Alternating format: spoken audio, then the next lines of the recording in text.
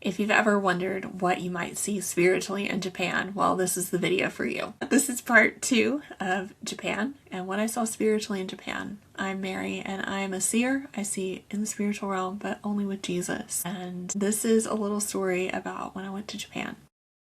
If you saw the last video, you will know that I went to see and learn a lot in the spiritual realm. And some folks are asking, if I prayed that the spirits would leave, that people are offering veneration to. And with very few exceptions on this spiritual trip, particular trip, no. And the reason for that is because people are wanting them there and they are in partnership with them. So you can ask them to leave and they will come straight right back. It would sort of be like if my neighbor had a mean stray wild dog that they were keeping contained. And while I would like to see a wild dog released back into the wild instead of next door at my neighbor's house, I don't have the authority to do that because it's not my yard. And even if I did go and release the dog, it would come right back because that's where it's getting fed.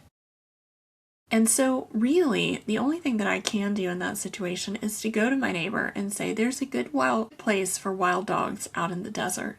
That's where a wild dog belongs. And that's really how I felt about my time in Japan.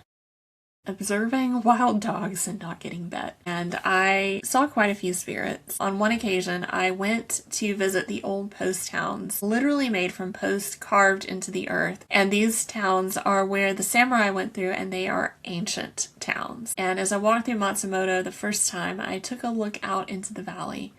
And in a split second, through a cloud, I saw a huge green ogre.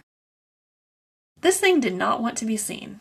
It was hiding in a cloud, and I believe that the Lord pulled back the cloud and showed it to me. The ogre was about 50 feet tall, and it was sort of hunched over in the valley. And it looked at me with one eye hunched quietly, and then I didn't see it anymore.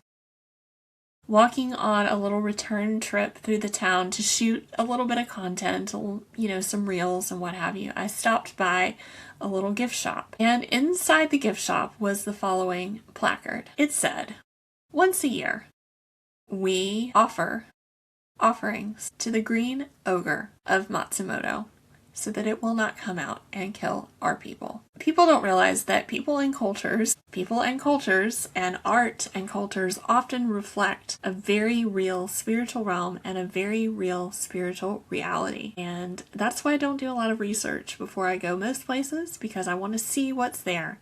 And then I want to know that people are also seeing what I'm seeing. And so indeed, according to local legend that I didn't know, there is an ogre in Matsumoto. If I could say anything to the Japanese people, or even to you who are watching this if you're not Japanese, I would say to you, there is a day coming when you will not have to placate these spirits any longer, because indeed there is a spirit above all ogres, and this spirit would like to give you rest.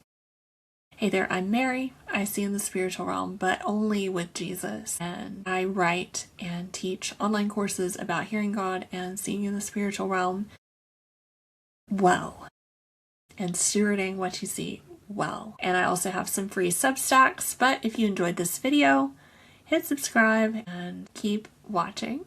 I've got some more for you.